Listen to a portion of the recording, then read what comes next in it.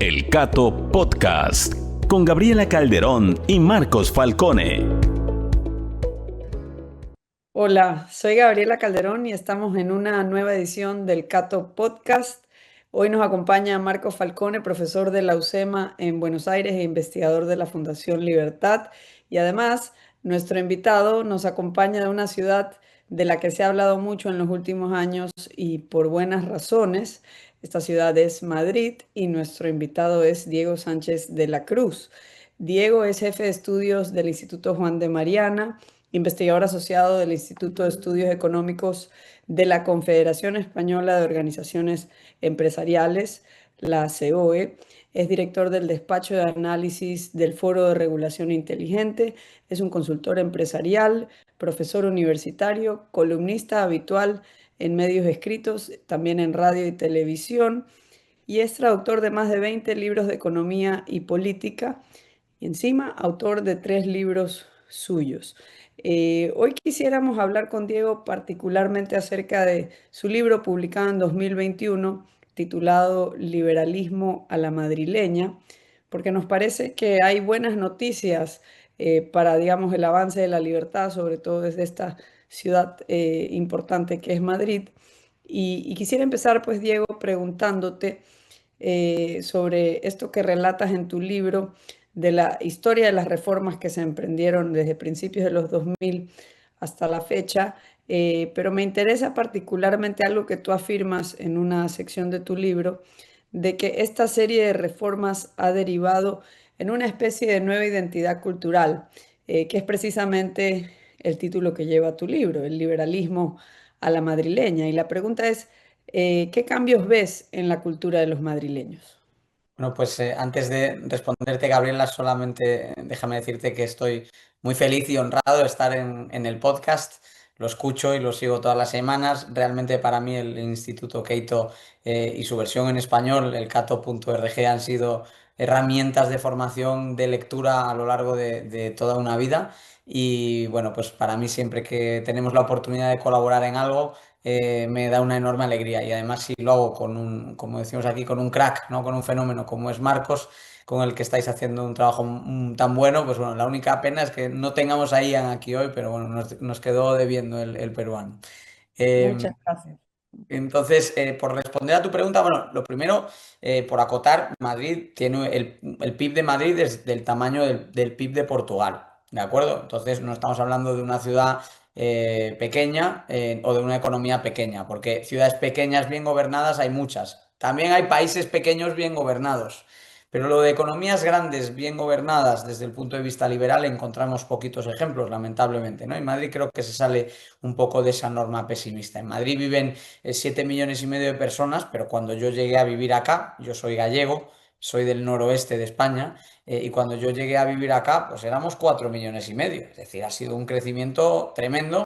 Y hombre, aunque ya me ha salido alguna cana, yo tengo 36 años de edad, tampoco soy una persona de tan avanzada edad. Y que una región, un territorio pueda absorber a millones y millones de nuevos habitantes y lo haga mientras eleva su renta, eleva sus niveles de empleo, eleva sus niveles de bienestar, yo creo que es una demostración de que puede haber política migratoria exitosa siempre y cuando se haga de la mano de, por un lado, la libertad y por el otro lado, su corolario necesario, que es la responsabilidad. Y de esa identidad cultural de la que habla el libro, Liberalismo a la madrileña, que por cierto estará disponible próximamente en inglés, en italiano, en sueco y en algunos otros idiomas, actualizado a 2025, de esa identidad de la que hablas es una identidad de liberalismo esencialmente popular. La gente viene a Madrid a que la dejen en paz. Huyen de países en América Latina donde los regímenes bolivarianos han arrasado las libertades y las oportunidades de su pueblo. Y en España huyen de territorios donde se han impuesto doctrinas políticas que anulan al individuo, sea el separatismo en Cataluña o sea el socialismo durante más de 40 años en la región más grande de España como es Andalucía, que felizmente hoy ya se ha salido un poco de ese paradigma. Entonces, eso es lo que ha confluido en Madrid. Millones de personas que vienen a hacerse, a forjarse una nueva vida a base de trabajo y de oportunidad.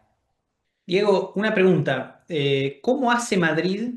Porque a veces es interesante pensar cómo hacen las unidades subnacionales, ¿no? Las ciudades o las provincias dentro de países que a veces quizás no acompañen sus propias políticas, ¿no? Pero cómo hace Madrid en términos de política pública para atraer a todas esas personas que están huyendo, ya sea de otros territorios dentro del país, de España, o países de América Latina donde se ha perdido la libertad. Concretamente, ¿qué es lo que hace Madrid que se puede quizás también replicar en otras ciudades del mundo o en otros estados de países del mundo, ¿no? Como para que también puedan atraer a esas poblaciones? Claro, aquí está el gran secreto de España, un hecho realmente muy desconocido, y es que España es un país enormemente descentralizado. Cuando tú te encuentras la típica lectura, sobre todo en el mundo anglosajón, ¿no? De los asuntos políticos españoles, se suele mantener una mirada casi propia de los años 50 o 60, ¿no? De los tiempos de Franco, de España como un país unitario en el cual lo que diga el Estado es lo que se aplica en todo el territorio nacional. Nada más lejos de la realidad. Hay dos indicadores clave para medir la descentralización política. Por un lado, la descentralización fiscal y por otro lado, la delegación de autoridad política. El primero lo mide la OCDE y el segundo lo mide la Universidad de Oxford. Lo que tú te encuentras en el caso de España es que es uno de los países más descentralizados del mundo. De hecho, figura pues, en el top 3, top 4, top 5. Hay muchos aspectos en los cuales un gobernador regional o presidente autonómico, como les llamamos aquí, tiene mucho más poder del que tiene pues, un primer ministro en algunas economías europeas. Y desde luego que cuando, por ejemplo, comparamos con el caso de Ecuador, cuando yo cuento el caso de España en Ecuador, país con el que tengo vínculos familiares, pues claro, es difícil de explicar porque un prefecto, ¿no? A nivel provincial, las autoridades no tienen ni la décima parte de la autoridad política y de los recursos económicos que sí manejan las entidades subnacionales, que son las regiones o, como les llamamos en España, las comunidades autónomas. Entonces, esa es la clave del éxito, que hay descentralización y en Madrid se ha usado para caminar por un sendero casi diametralmente opuesto al que ha seguido España en los últimos 30 años, porque España ha sido un ejemplo de todo lo que está mal en política económica. Por eso lleva 30 años estancada la renta real de los españoles y el único salario que está creciendo es el de los pensionistas a costa de que los jóvenes paguen cada vez más impuestos. Y sin embargo, dentro de ese fracaso económico que está siendo España desde hace ya bastantes años, Madrid brilla con luz propia y es gracias a que usa esos poderes autonómicos en beneficio de una política de libertad. Sí, claro, no, yo te he escuchado hablar y de lo que he leído hasta ahora de tu libro, eh, tengo como una sana envidia de esta descentralización que sin duda es el ingrediente clave. Pero tú también hablas de, bueno, esa libertad, esa descentralización. Acá en Ecuador, en ese debate, se le teme porque dicen que los municipios, si tienen esa mayor libertad, pues cometerán peores abusos, despilfarros y corrupción que el gobierno nacional. Porque obviamente pues la libertad sirve para hacer cosas bien, pero también para cometer errores. Tú has dicho que Madrid tomó esa libertad y se encaminó en una dirección que derivó en resultados muy positivos. Yo quería que nos cuentes un poco, si lo podrías delinear claramente, cuáles son los pilares de esa dirección que tomó Madrid. La dirección que toma Madrid en Vías de la Libertad la toma quien fue presidenta de la región entre los años 2003 y 2011, Esperanza Aguirre, una figura política muy relevante en España, quizá la mujer más importante que ha tenido la política española en democracia, ¿no?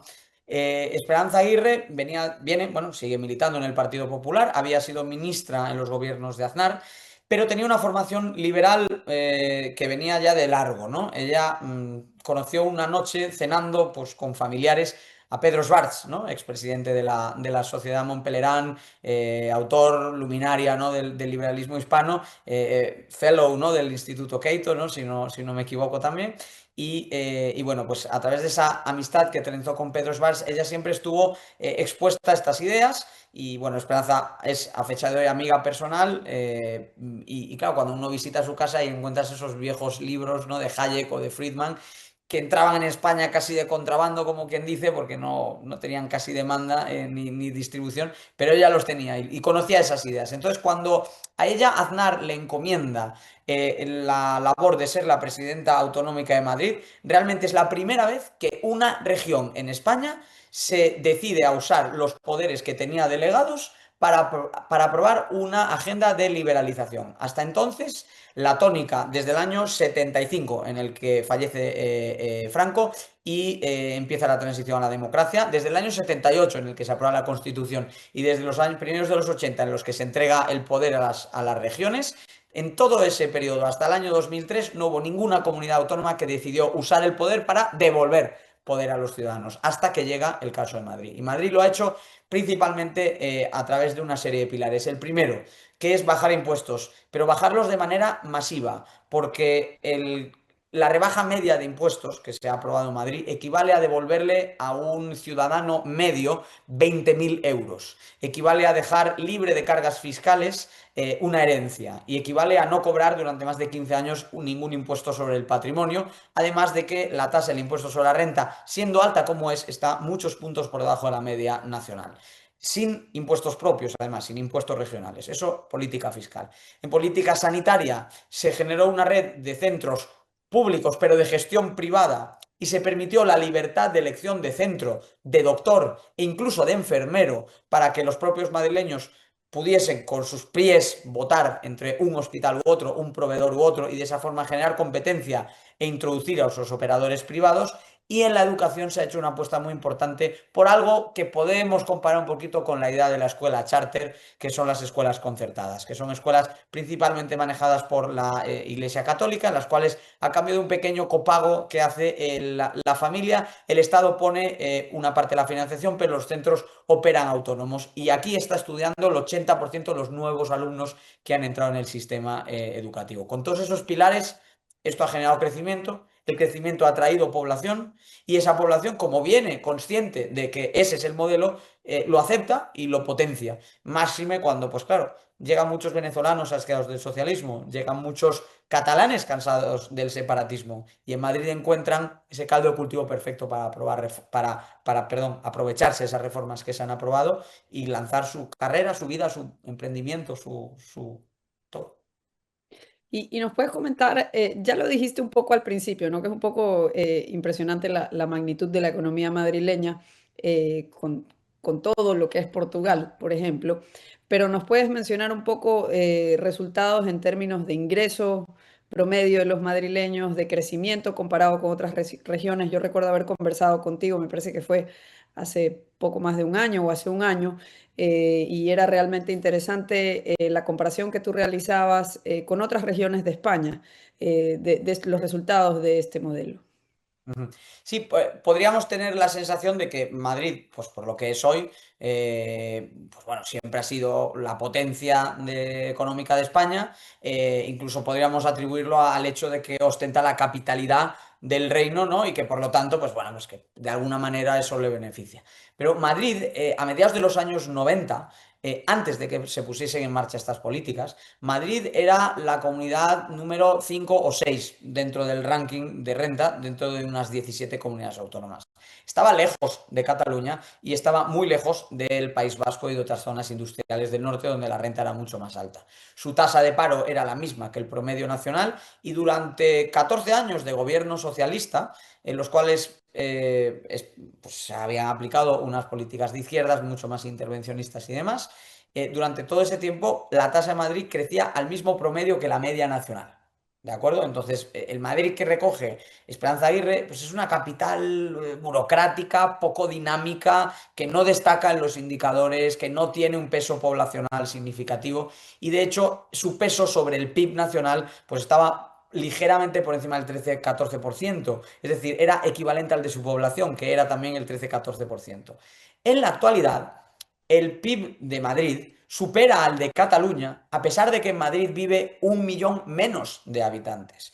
En la actualidad, la renta media y el PIB per cápita de Madrid está a más de 10.000 euros por encima de la media nacional, y puede llegar a duplicar el caso de las regiones que están a la cola, que son precisamente regiones donde durante décadas ha gobernado el Partido Socialista, con las medidas diametralmente opuestas.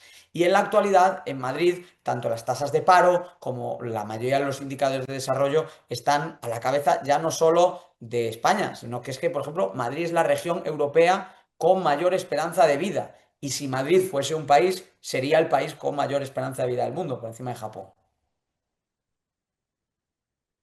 Diego, hay una pregunta que me parece que está en el aire, sobre todo cuando hablamos de Madrid en comparación con otras regiones, pero también en comparación con el país, ¿no? Con España en general.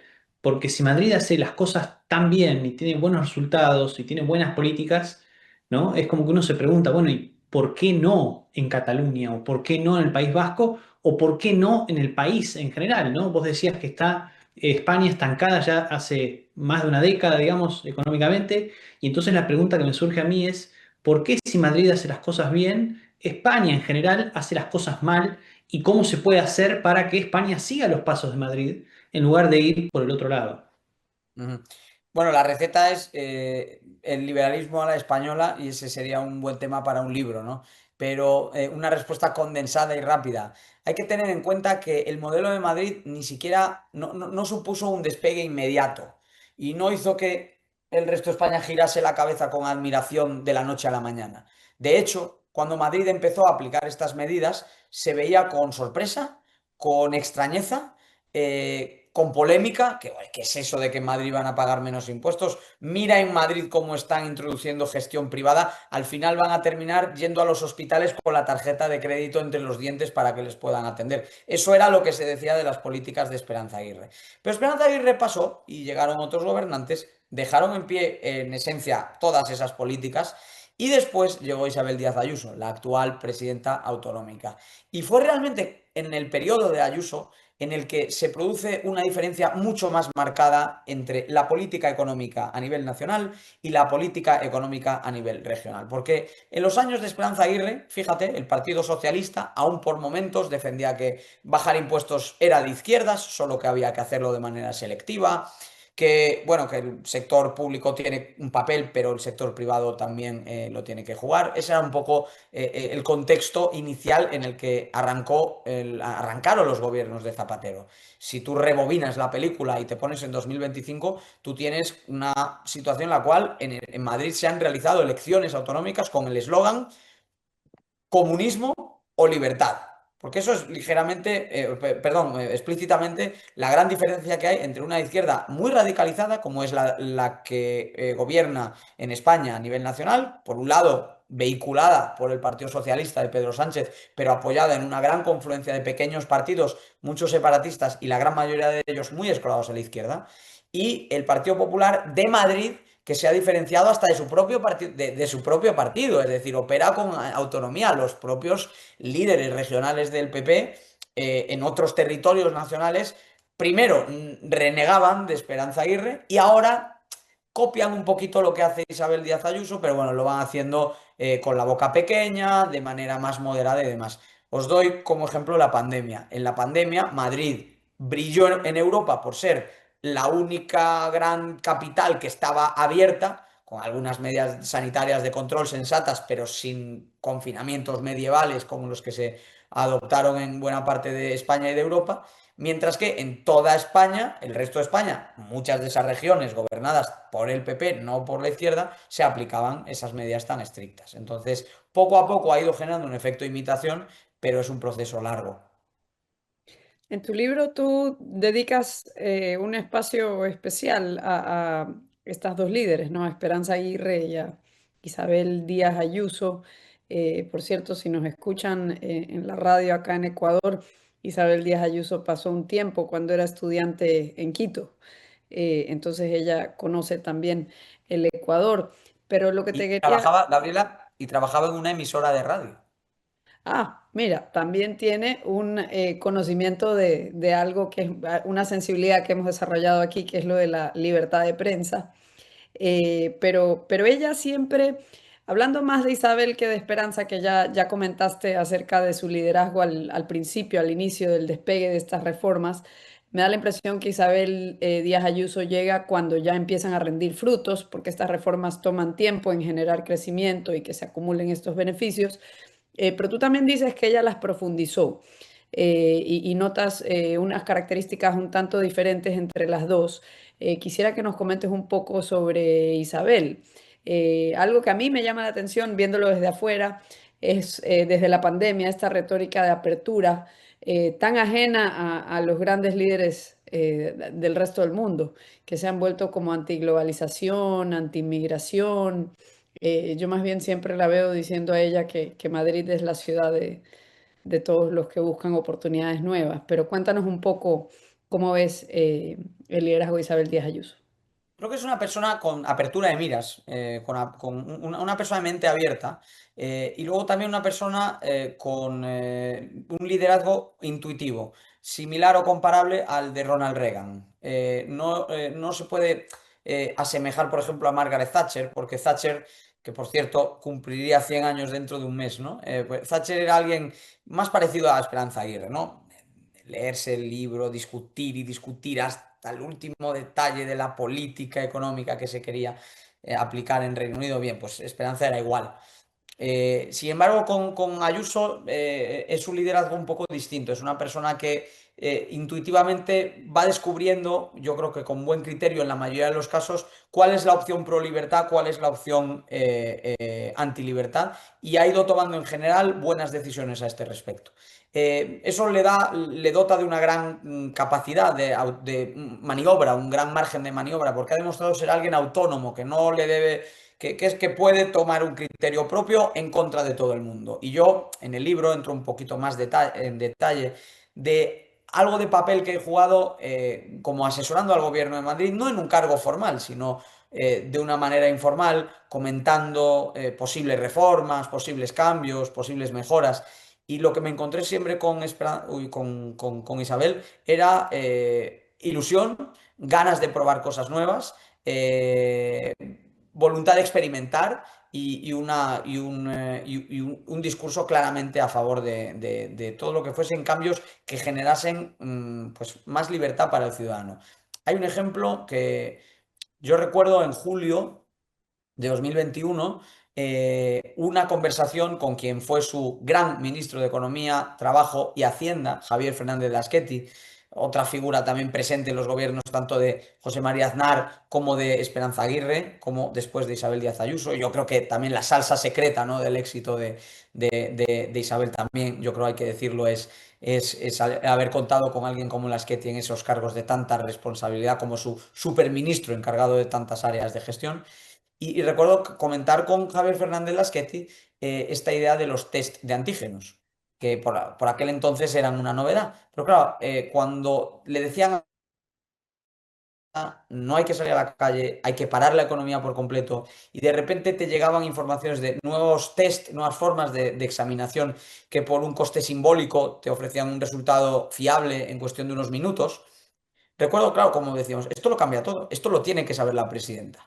Y recuerdo haber conectado también al equipo de sanidad del Gobierno de Madrid con algunos de los epidemiólogos con más apertura mental y con menos tendencia al intervencionismo que conocimos en los años de la pandemia. Martin Kulldorff de Harvard, Jay Bhattacharya de Stanford, Sunetra Gupta de Oxford. Esas ideas que fueron penetrando a finales de año, a mediados de 2020 ya estaban encima de la mesa de Isabel Díaz Ayuso, y ella con todas las ganas dijo, pues vamos para adelante. Y recuerdo el miedo inicial y recuerdo cómo usábamos porque obviamente hay vidas en juego, ¿no?, cuando estás en una pandemia, ¿no? Y recuerdo cómo usábamos unos gráficos para calcular la evolución de los contagios, pero no en un dato diario, sino en una media móvil, para ver realmente cuál era la tendencia, si realmente la cosa iba más o iba menos. Y poco a poco, cuanto más era la histeria mediática, más seguros nos sentíamos internamente, porque decíamos, esto es una caída en el medio y en el largo plazo muy fuerte de los contagios. Van a caer a plomo, así cayeron. Van a caer las hospitalizaciones, así cayeron. Y al final Madrid tuvo menos mortalidad que muchas otras provincias. Diego, tengo dos preguntas. Te vuelvo a llevar a España, saliendo un poquito de Madrid, pero también porque es importante, me parece, entender España para entender lo que pasa en otros países, sobre todo en América Latina. Y son un poco como dos preguntas en una, ¿no? Por un lado, vos mencionabas este eslogan, ¿no?, que tuvo Díaz Ayuso hace no mucho tiempo, comunismo o libertad, ¿no? Y también mencionabas que el Partido Socialista se ha vuelto ciertamente más de izquierda, ¿no?, como más intervencionista, más estatista, peor, ¿no?, de lo que era quizás hace algunas décadas. Entonces, la primera pregunta es, ¿por qué? ¿Qué es lo que vos pensás que lleva al Partido Socialista a volverse cada vez peor? con el tiempo. Y por otro lado, ¿no? Digamos, mirando al otro gran partido español, el PP, vos también decías que Esperanza Aguirre e Isabel Díaz Ayuso en el PP de Madrid se han diferenciado del PP en otras regiones, en otras comunidades autónomas, ¿no? Entonces, y decías también, ¿no? Que a veces es como que se las quiere imitar, pero se las imita de manera silenciosa o sin decir muchas cosas, ¿no? Entonces la pregunta es, ¿por qué? ¿No? ¿Por qué si las cosas funcionan bien en Madrid? ¿Por qué si hay buenos resultados? ¿Por qué el PP no se anima a seguir la línea de Díaz Ayuso y de Aguirre, ¿no? Dos buenas preguntas. Voy a recorrer la historia del socialismo español en cuestión de un par de minutos. Tenemos Eh, tiempo, no te preocupes. Podés sí, contarnos todo pero lo que quieras. no quiero aburrir tampoco con excesivos detalles, pero mm, a España la gobierna Rodríguez Zapatero entre 2004 y 2011 y firma una gestión desastrosa que sume a nuestro país en la irrelevancia internacional, deja una tasa de paro del 26%. Recuerden que aquí no hay prácticamente empleo informal, o sea que aquí un 26% de paro es un auténtico drama, ¿no? La media europea es un 6%. Y deja al país absolutamente quebrado, sin credibilidad y hundido. Y ese Partido Socialista en el que ya nadie confiaba, elige como líder a un joven que pasaba por ahí y que consigue ganar la elección, tal y como sabemos ahora, rodeado de una banda mafiosa que se dedicaba tanto a captar financiación ilegal como a amañar y trampear los resultados de las elecciones primarias de su partido. Ese joven era Pedro el Guapo, como él mismo se autodenominó en su biografía, el actual primer ministro, el presidente del gobierno, como le llamamos acá, un tipo narcisista de la peor calaña, como es el actual presidente de nuestro ejecutivo, que rodeado de una banda mafiosa decidió tomar el poder aprovechando el hecho de que en España no gobierna la lista más votada, no hay una elección directa, no es un sistema presidencial, que es un tema donde a veces gente muy leída se pierde, porque al final todos los sistemas latinoamericanos son presidenciales y uno no concibe, ¿no? ¿Cómo es posible? Bueno, pues en España, como en muchos países europeos, el votante elige la composición de la asamblea y la asamblea después, en virtud de la mayoría que tenga, elige al presidente que forma el gobierno. Entonces, siempre por unos márgenes muy estrechos, en las últimas elecciones por un margen del 0,5% del Parlamento, es decir, 4 escaños, Pedro Sánchez consiguió formar una mayoría aún habiendo perdido las elecciones contundentemente. Y si lo consiguió fue porque trenzó una alianza en la cual están metidos esencialmente 7 partidos, dentro de los cuales hay más partidos. Una vez hubo quien echó cuentas y resulta que este gobierno, esta coalición Frankenstein, ¿no? Tenía dentro al menos 25 formaciones políticas, ¿no? Pero para que nos entendamos, es una coalición entre el Partido Socialista, de un tipo desesperado por el poder, porque de hecho hubo un tiempo en el que le descarrilaron de la jefatura del partido y durante un año no tuvo empleo, es decir, era o esto o el paro, ¿de acuerdo? Sus socios, que se llaman Sumar, que son un partido comunista, que son la hija bastarda de Podemos, que era la formación bolivariana financiada directamente por el chavismo y también de manera muy generosa por el correísmo desde Ecuador, con vínculos evidentes también con el kirchnerismo y el peronismo en Argentina. De Pablo Iglesias venía ese partido, de ahí surge una escisión llamada Sumar y ahora mismo vuelve a operar Podemos con marca propia. Bueno, esos son los dos partidos del gobierno y con ellos está una amalgama de partidos donde se incluye, por ejemplo, a Bildu, que es básicamente la herencia política de la banda terrorista ETA, que mató a más de 1.000 personas y provocó el exilio de cientos de miles de vascos que tuvieron que dejar el País Vasco extorsionados por el terrorismo y por la violencia. Otro de los socios, ¿no? Es un fugado de la justicia que está en Bélgica y no es Rafael Correa, Gabriela, en este caso es Carles Puigdemont, en este caso líder separatista catalán que está pues, juzgado y condenado por una serie de delitos y que directamente se fugó a Bélgica donde permanece huido, ¿no? Y con esos partidos han trenzado una mayoría que no les da para aprobar presupuestos, porque España no tiene presupuestos desde hace más de 4 años, no les da para aprobar leyes. Cada día es un fiasco, se cae todo lo que intentan sacar adelante y lo único que tiene es capacidad de gasto y por lo tanto a lo único a lo que se dedica es a gastar. Y como solo se dedica a gastar, tenemos un Estado cada vez más grande y un mercado cada vez más chico y todos sabemos cómo acaba esa película. Esa sería mi respuesta a tu primera pregunta. Diego, antes de que pases a la segunda, solo una pregunta, una curiosidad breve. En medio de ese estancamiento o ese, digamos, ese que parece que no se mueven para ninguna parte, ¿hay regiones que han aprovechado su autonomía para tomar otro rumbo aparte de Madrid o no? Hay regiones que están mejor gobernadas y que tienen mejores resultados que la media. Y si uno quiere fijarse en estos casos de estudio, pues haría bien en ver lo significativo que ha sido el cambio de rumbo de Andalucía, que pasó de tener 40 años de gobiernos socialistas y ser una charca de corrupción a tener gobiernos que sí son limpios y que están aprobando políticas, bueno, de cierta desregulación, de cierta rebaja fiscal. Y ya enseguida se ha visto cómo Andalucía ha pasado de estar a la cola en los indicados de crecimiento a estar a la cabeza. Esto yo creo que es un caso interesante, sobre todo por esa herencia tan pesada, esa losa de 40 años de corrupción socialista. Y luego también Galicia, mi región de origen, ¿no? Que durante los últimos 40 años casi nunca ha estado gobernada por la izquierda y aunque nunca ha estado gobernada por dirigentes firmemente comprometidos con las políticas liberales y demás, de hecho, pues, el actual líder del Partido Popular, Alberto Núñez Feijóo, fue presidente regional allí y no tiene nada que ver con Ayuso ni con Aguirre, pero siempre ha habido compromiso con la estabilidad presupuestaria, con bajar un poco los impuestos, con bueno, mantener un cierto discurso pro empresa y demás. Y Galicia, pues a fecha de hoy es una potencia textil que ha pasado de ser una región subdesarrollada a tener más renta que la media de España y ha aumentado su peso sobre la economía nacional. Entonces sí hay ejemplos de copias exitosas, pero claro, ¿para qué fijarnos, ¿no? en la copia imperfecta teniendo el modelo a seguir que sería Madrid?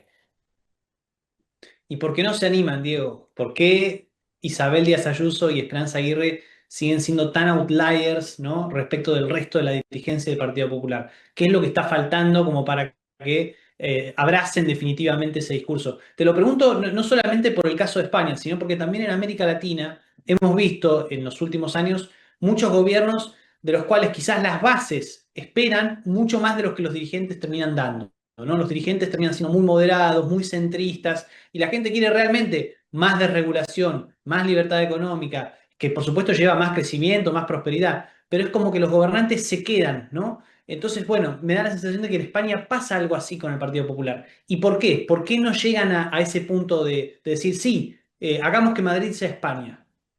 Aquí hemos hablado muchas veces de la similitud entre la parte de decepción que conllevó el macrismo y el gradualismo con la parte de decepción que conllevó el rajoyismo y su etapa de gobierno en España, ¿no? El PP con Aznar tenía un un laboratorio de ideas, la Fundación FAES, un corpus ideológico detrás, un compromiso claro con el liberalismo económico y político. Hay figuras que conocéis bien, de hecho invitados en vuestro podcast como Lorenzo Bernaldo de Quirós, ¿no? Que estaban en la órbita de aquel Partido Popular. Y en la actualidad, digamos que a los liberales, el Partido Popular a nivel nacional nos consulta, nos escucha, nos toma en consideración, pero considera que tiene que arbitrar esas posiciones con otras posiciones más moderadas, socialdemócratas o centristas. El problema es que esto ha abonado para el terreno, para una fuga de votos hacia Vox, que es el nuevo partido de derechas que existe en España, que tiene muy buenas perspectivas electorales, no de superar al PP, pero sí de ser claramente una segunda fuerza de la derecha con su sitio y con su espacio, y en Vox conviven elementos de las nuevas derechas europeas, con el discurso, por ejemplo, en referencia a la inmigración y demás, pero también han entrado elementos en el discurso económico que muchos esperaban que el PP enarbolase y que el PP nunca llegó a enarbolar durante toda esta última década. Entonces, en parte, esa renuncia ha tenido un castigo y un reproche del electorado. El votante de Vox es un votante desencantado del Partido Popular. Y te quería hacer una pregunta, si el desempeño del Partido Socialista ha sido tan deplorable en la gestión de los gobiernos autónomos y a nivel nacional, ¿cómo crees tú que se explica eh, que sigan de cierta manera siendo una opción electoralmente viable? Es Se han decir, beneficiado de dos cosas, Gabriela. Por un lado, el hecho de que están dispuestos a pactar con 7 partidos que tienen dentro 25 agrupaciones políticas y que no tienen nada que ver a veces entre sí, pero que están unidos en que no gobiernen la derecha. Entonces han encontrado una manera de aferrarse al poder. Entonces esto ya entra en una pura teoría del poder. Aquí ya no importan ni las ideas. Vamos a ver, este gobierno lleva 4 años sin presentar un nuevo presupuesto. Si quiere gobernar un país y no tiene presupuestos durante el equivalente a una legislatura, lo normal sería ir a elecciones y buscar un mandato activo para gobernar con autoridad y con mando. No lo hace, ¿por qué? Porque las encuestas son devastadoras para el actual gobierno. Y el actual gobierno está corrompido en dos frentes. El primero es que todo lo que prometió que no haría lo ha hecho. Entonces prometió que no concedería indultos o amnistías a los dirigentes involucrados en el movimiento independentista catalán que dieron aquel golpe en el año 2017 y luego lo hizo. Prometió también que evidentemente no iba a gobernar con Podemos, ni con Sumar, ni con el comunismo, y no tardó ni 2 minutos en llegar a un acuerdo con ellos. Y eso les fue desgastando y desgastando con su electorado, eso por un lado. Y luego hay otra forma de corrupción, que es la más evidente, las cosas del dinero, lo crematístico. Se han aflorado decenas de escándalos de corrupción, algunos de ellos por valor de 700 millones de euros y otros por valor del sueldo, el salario público que pagaba un ministro a una prostituta a través de una empresa pública controlada por su ministerio. Entonces, desde la gran corrupción de esos cientos de millones de euros hasta esas pequeñas formas de colocar pues, a trabajadoras sexuales para tenerlas a sueldo del Estado y de esa forma beneficiarse de su compañía, pues todo eso, todo lo que va entre medios, ha hecho el Partido Socialista. Me permito recordar que la mujer del presidente está investigada por corrupción, que el hermano del presidente está investigado por corrupción, que el secretario de organización del partido del presidente está investigado por corrupción y el ministro más relevante del gobierno está investigado por corrupción. Entonces, que las encuestas sean devastadoras para la izquierda ahora mismo, pues no es ninguna sorpresa. Pero bueno, hasta que no haya elecciones, ese cambio no se podrá materializar. y otra cosa que queríamos preguntarte sobre, hace no mucho tiempo en Europa, digamos, estábamos acostumbrados a ver noticias sobre movimientos separatistas muy violentos. España, obviamente, pues con el movimiento separatista de la región de Cataluña. Y hace poco tiempo tú mencionaste, pues, Puigdemont, que está exilado en Bélgica. Hace poco tiempo, digamos, no llegó a ser, digamos, violento nuevamente, pero tomó fuerza ese movimiento. ¿Cómo ves esa cuestión al día de hoy? ¿Cómo ves este movimiento separatista? El separatismo ha perdido fuerza en los últimos años. Yo creo que por el hecho de haber prometido explícitamente una independencia que no se produjo. Se llegó a declarar, se llegó a proclamar la independencia. La independencia no se produjo, nunca se iba a producir, porque bajo el organigrama constitucional español, la forma de solicitar un referéndum, de aprobar un referéndum, de votar un referéndum y de quizás ganar un referéndum es una. Y lo que se hizo en Cataluña es poner unas urnas de plástico, que eran como unos plásticos de estas tiendas, de estos bazares chinos, ¿no? Con un sticker del gobierno catalán y decir que eso era una votación vinculante y luego decir, bueno, en este plebiscito a la búlgara, en el que solo votaron los separatistas, la mayoría de la población no separatista ni siquiera se molestó porque era un simulacro, ha ganado el 90% de la población y con eso declaramos la independencia, pero la suspendemos de momento para negociarla con el Estado. Hay un meme muy gracioso de la gente alzando los brazos y 10 segundos después llevándose las manos a la cabeza porque ellos mismos no entendían cómo se habían creído que Cataluña iba a ser un país independiente y 10 segundos después de proclamar esa independencia les decían que, pero bueno, que no era tan independiente al fin y al cabo. Entonces, al final, la realización de que todo ha sido una tremenda ficción política en la que se han enriquecido muchos de estos dirigentes, se han rebasado muchos límites éticos, políticos, morales, ha muerto gente en la calle, ha habido destrozos, ha habido heridos, ha habido daños a negocios, a comercios. Ha habido guardias civiles y policías heridos, algunos de ellos en silla de ruedas, incapacitados ya para el trabajo, otros en estado vegetativo incluso por los golpes que sufrieron. Pues claro, todo eso al final ha provocado una reflexión y un desgaste. Un desgaste del movimiento separatista que está con menos fuerza que de lo que estaba desde luego hace algunos años. Y luego también qué perversos son los sistemas electorales, ¿no? Porque realmente el separatismo en Cataluña siempre ha tenido fuerza, pero nunca ha tenido mayoría, ¿vale? Pero en la Cámara Regional Catalana se le asigna el mismo número de diputados a las 4 provincias que tiene Cataluña, a pesar de que el grueso de la población vive en una de ellas, que es Barcelona, que es mayoritariamente no independentista.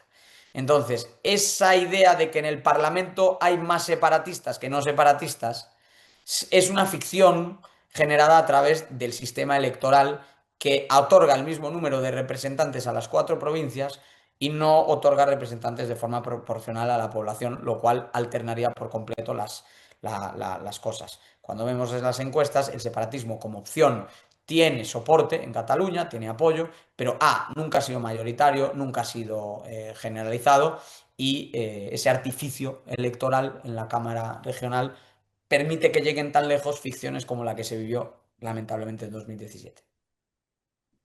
Diego, aprovechando tu expertise económica como, bueno, analista, periodista económico también, saliendo un poco de Madrid, de Cataluña, de España en general, y aprovechando también que, bueno, en preparación para el podcast nos poníamos a mirar, ¿no? Tu obra y hay un libro que escribiste, bueno, que hiciste como entrevistas, ¿no? Acerca de la gran recesión de 2007-2008. Te quería preguntar por la marcha de la economía mundial, según cómo la estás viendo, si estamos en un momento bueno, de incertidumbre seguramente, ¿no? Por lo menos por la política comercial del presidente Donald Trump. Pero ¿hacia dónde crees que está yendo la economía del mundo? Y si te parece que hay signos de alarma en el mundo que pueden afectar negativamente a España, a América Latina, al mundo en general. Yo creo que las gafas con las que miramos el mundo, muchos de los autores, intelectuales, economistas o pensadores, ¿no? que hayamos tenido poder tener la menor relevancia en las últimas décadas, estaban centradas, ¿no? Eran unas gafas concebidas después de la Guerra Fría, que entendían, pues bueno, en cierto sentido que aquello de Fukuyama y del fin de la historia no estaba mal tirado del todo y que había, pues bueno, un nuevo sistema en el cual la nueva hegemonía estadounidense llevaba de la mano un paradigma liberal en lo democrático, en lo económico y realmente esa visión finalista de la historia se ha demostrado total y absolutamente equivocada, ¿no? Como no podía ser de otra manera, ¿no? Otro fellow del Instituto Cato, ¿no? Como es Johan Norberg, en su último libro, Peak Human, pues repasa esos momentos en que la civilización ha tocado techo para luego, en muchos casos, derrumbarse. Estamos en esa situación en la que un imperio económico y militar como el de Estados Unidos presenta una situación de acusado desgaste y se ve enfrentado y confrontado directamente por un imperio que va en auge y que además tiene un sistema que es diametralmente opuesto, ¿no? Al aquel en el que creemos los liberales, que es ese imperio que vendría a representar China. Y además existen dos otras potencias en este tablero geoeconómico, que son Europa y Rusia. Europa está vieja, cansada, sin ganas de luchar, sin ideales, sin crecimiento, sin hijos. Y Rusia está armada, con ganas de ganar sus pequeñas batallas llevándose miles de vidas por el camino y en definitiva de alterar el orden mundial en la medida de lo posible también a su favor. Entonces yo creo que aquí no está de más repasar lo que han escrito, hay algunos libros recientes, ¿no? Why the West Rules for Now, creo que es un escrito interesante. También Ray Dalio, sin ser precisamente un autor liberal, sino más bien un inversor macro, que en mi gusto, en mi opinión, tira demasiado a veces optimista hacia la opción china, pero que sí que han entendido que hay potencia, hay un juego de potencias en marcha que nos obliga a entender la economía con las gafas de la geopolítica. Pues si nos ponemos las gafas de la economía, nada de lo que estamos viendo en política comercial tiene sentido, ¿no? Lo tenemos que leer en otro sentido, ¿no? El nearshoring, la desglobalización, todo esto es un sinsentido económico, ¿no? Entonces la respuesta trasciende a la economía y el rol del economista ahora mismo me temo que es secundario frente al del asesor de relaciones internacionales. Y sobre este cambio de paradigma que estamos viendo en la economía mundial y también en la política internacional, con este surgimiento de nuevos poderes como contrapeso a los Estados Unidos, eh, Hay algo que sin duda ha cambiado y que es una de las noticias más ubicuas y es el tema de la nueva política comercial de los Estados Unidos. Y te quería preguntar, qué tanto afecta esto a España? ¿Cómo ves tú la reacción del gobierno español frente a esto? Porque esto es algo que asumo no lo pueden manejar de manera distinta a las regiones autonómicas. Eso sí forma No. parte de la política nacional. Bueno, realmente es política europea, de hecho. Ah, Entonces, los cierto, sí, por eso de la dirigentes Unión Europea. nacionales. Claro, aquí es donde te das cuenta de la importancia que es tener un sitio en el concierto internacional. Como dice la expresión, ¿no? If you're not on the menu, you're on the table, ¿no? Si no estás, no, if you're not on the table, you're on the menu, ¿no? Si no estás sentado en la mesa, donde estás es en el menú y eres uno de los que Te se van van a a comer. comer los comensales, ¿no?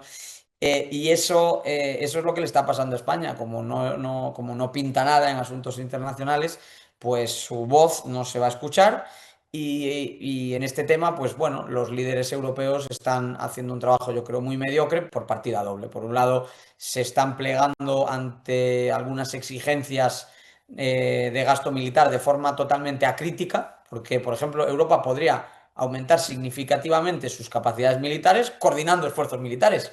Porque ahora mismo tiene 27 ejércitos, 27 operaciones militares, 27 modelos de gestionar su defensa y algunas ideas de cómo coordinarla. Si Europa tuviese una coordinación, por ejemplo, una central de compras a la hora de comprar material militar, sería un ahorro tremendo de coste. Entonces, Europa podría tener más capacidad militar con menos gasto. Pero se ha asumido de forma crítica la meta absurda de que X porcentaje del PIB equivale a mayor defensa. Y da igual que lo diga Trump o que lo diga la propia Comisión Europea. Y por otro lado, que se cierre Estados Unidos a algunas de las ventajas del comercio global debería ser acicate para que Europa se abra a terminar su mercado interior, que está fragmentado aún en muchos aspectos.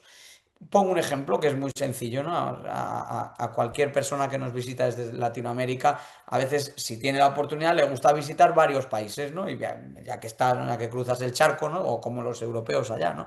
Eh, y, y resulta que no tenemos un espacio único europeo, tenemos distintas áreas de control aéreo. Eso significa que se pagan distintas tasas a distintos operadores y que el precio del billete de avión y que los tiempos de desplazamiento y que las emisiones de CO2, esas que tanto supuestamente le preocupan a la Comisión Europea, son mayores por la falta de integración de esos mercados. Otro ejemplo es el mercado de capitales. Nos preocupamos mucho de que, oye, no surgen empresas europeas o no hay capital para que las empresas europeas puedan competir bien. Ya, claro, pero es que es verdad, no es tan complejo como invertir en Argentina, Marcos, que yo ya desistí y ahora lo que hago es compro acciones argentinas cotizadas en Nueva York, porque lo del Merval es kafkiano. Pero tampoco te creas que es mucho más sencillo muchas veces las operaciones financieras dentro de Europa y tampoco hay bancos españoles operando con normalidad en Francia. Entonces, falta una unión de capitales,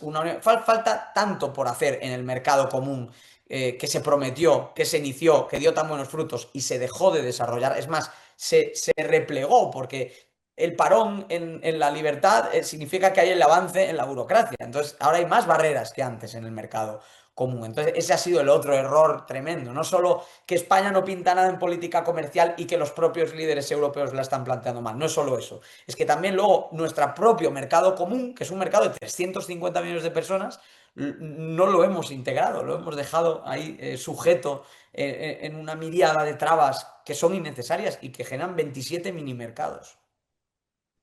Es un tema muy interesante el de la Unión Europea porque desde América Latina y bueno, en Occidente en general, a veces se percibe que en la propia Europa hay muchas críticas hacia la Unión Europea, ¿no? Por disfuncional, por no haber avanzado en las reformas que se prometieron, ¿no? Por incluso volver atrás en cuestiones que tendrían que estar saldadas. También lo vemos en América Latina, en Argentina lo vemos con el Mercosur, por ejemplo, que prometió un montón de cosas y no parece realmente poder cumplirlas. Mi pregunta para vos, Diego, es si la Unión Europea a esta altura del partido, digamos, te parece que es una oportunidad, que sigue siendo una oportunidad para España, o si en realidad es un proyecto que no está funcionando y que no hay manera de que funcione.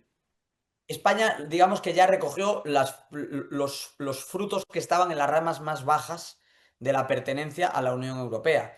ya estamos en el euro y con todos sus defectos eso nos permite evitar la tentación de la peseta y para nosotros ha sido algo así como la dolarización para Ecuador, porque es que en un año normal la peseta se podía devaluar 4 veces por orden del Banco de España. Estar en el euro no nos genera pues la misma ventaja que tiene Ecuador al no contar con una política monetaria activa, pero sí nos permite que esa política monetaria activa no esté dirigida a la economía española de forma explícita y de alguna manera despeja todos esos riesgos de primer orden que ahora ya no tiene España por el campo de la inflación y de la moneda, siendo como es un esquema mejorable, porque desde luego yo al que envidio es el de Ecuador y ojalá, Marcos, el de Argentina también. Eso por un lado. Entonces, España ya recogió esa fruta, ya tiene el acceso al mercado común, ya tiene el acceso a la política exterior común, que se supone nos compra más influencia a nivel global. Entonces, ya hubo un punto en el que España ya se ha beneficiado también de algunos fondos de cohesión que te permiten invertir con dinero de otros países en el desarrollo de tus infraestructuras básicas. España, pues eso tiene también muy buenas carreteras y vías ferroviarias de alta velocidad y demás. Superado eso, ahora mismo Europa es una traba para seguir avanzando. Entonces, Europa se ha convertido en un problema. Y el principal obstáculo que yo veo aquí es que por alguna obsesión centrista, por un fetichismo de consenso, el Partido Popular a nivel europeo se ha empeñado y se ha obsesionado en que tiene que gobernar de la mano del Partido Socialista Europeo. Y se ha empeñado en que todas sus reformas en Europa sean consensuadas entre la derecha y la izquierda. Y el resultado de eso es la nada. Es un viaje al centro de la nada, como se dijo en su día aquí en España cuando el Partido Popular quería moderarse y en la práctica dejar vacío de contenido su programa, ¿no? Y su propuesta y proyecto. Esto es lo que le ha pasado a la Unión Europea, que al intentar pactarla entre conservadores y socialistas se ha convertido en lo único lo que se pueden poner de acuerdo conservadores y socialistas, que es en más burocracia, más burocracia y más burocracia. Ahora, Europa, si quisiese, podría conseguir un par de saltos muy importantes en términos de crecimiento, solamente rectificando su política climática y energética. Este es el error más caro que tenemos. Ponerle fecha de caducidad a los coches de combustión, gasolina, diésel, limitar las emisiones contaminantes de forma draconiana y totalmente incompatible con el crecimiento. Todo esto se tendría que ir ya, y si Europa rectificase en todo esto, podría relanzar parte de su crecimiento industrial de forma, te diría, prácticamente inmediata, porque Europa tiene base industrial, pero la está destrozando por acción propia al dejar en pie todas estas restricciones. Diego, te hago la última pregunta cortita porque nos estamos quedando sin tiempo, pero porque me da mucha curiosidad tu punto de vista respecto a un tema del que hablamos la semana pasada con Martín Aguirre, que es el director del País de Uruguay, y en relación, bueno, a tu relación con el periodismo, ¿no? Nosotros hablábamos con Martín acerca de por qué los periodistas tienen un sesgo pro izquierda, ¿no? Y Martín decía, bueno, yo creo que tiene que ver con que la carrera de periodista se ha profesionalizado a través de las universidades y las universidades son de izquierda, entonces los periodistas terminan siendo de izquierda por eso. Y yo una cosa que veo en Argentina y en América Latina en general, que me parece, no sé qué te parece a vos, es que a veces los periodistas no terminan de comprender la economía del todo y las causas y consecuencias de las políticas con los resultados, y que quizás eso a veces lleva a que propongan, ¿no?, soluciones que no tienen mucho sentido, que son las que propone la izquierda, ¿no? Me gustaría brevemente saber tu opinión sobre este tema, como para ir cerrando. Si te parece que la falta de educación económica puede hacer que un periodista se vuelva de izquierda, si es que vos ves este sesgo, quizás no lo ves. No, si no lo viese estaría ciego. Es un sesgo evidente en todos los países prácticamente en los que nos fijemos, ¿no? Son las facultades que están más marcadas, ¿no?, por ese marxismo cultural que la izquierda jugó en las universidades. Mira, déjame decirte que hay dos recetas contra eso, en mi opinión, y en las dos creo que ha acertado el presidente argentino. La primera es la pauta. 0 euros de financiación, que toda la comunicación se sustente con la demanda que genere. Punto. No va más. Radio Televisión Española, por ejemplo, perfecto. El día que llegue el cambio a España, si de mí depende, esos 8 canales se privatizan al día siguiente y ese edificio lo ideal sería demolerlo. No por el hecho de los fuegos artificiales, sino porque nadie tenga la tentación y construir vivienda, ¿no? Ya que está muy cara la vivienda, construir vivienda asequible además, ¿no? para que quede claro cuáles tienen que ser las prioridades, ¿no? Y sin la pauta eso no sucedería. Y otra cosa que me parece que fue un acierto de Milei es retirar publicidad y propaganda de las paredes, las aulas y las sedes de las universidades. Es una reforma que cuesta poco, pero limpiar de propaganda izquierdista, limpiar de sesgo izquierdista los mismos espacios donde se supone que se va a debatir en libertad, me pareció un gesto muy interesante, porque ya te digo yo, que todos esos socialistas españoles que han viajado por Ecuador, por México, por Argentina, por Bolivia, contaminando con las peores ideas del comunismo más rancio, emanado de algunas universidades como la Complutense aquí en Madrid, todos ellos, tú visitas las facultades de donde salían, esos Pablo Iglesias, esos Íñigo Errejón, y eran auténticos soviets comunistas. Bueno, Diego, la conversación da para mucho más, pero bueno, se nos ha acabado el tiempo. Esto ha sido el Cato Podcast. Hemos estado conversando con Diego Sánchez de la Cruz. Los esperamos en una próxima edición. El Cato Podcast con Gabriela Calderón y Marcos Falcone.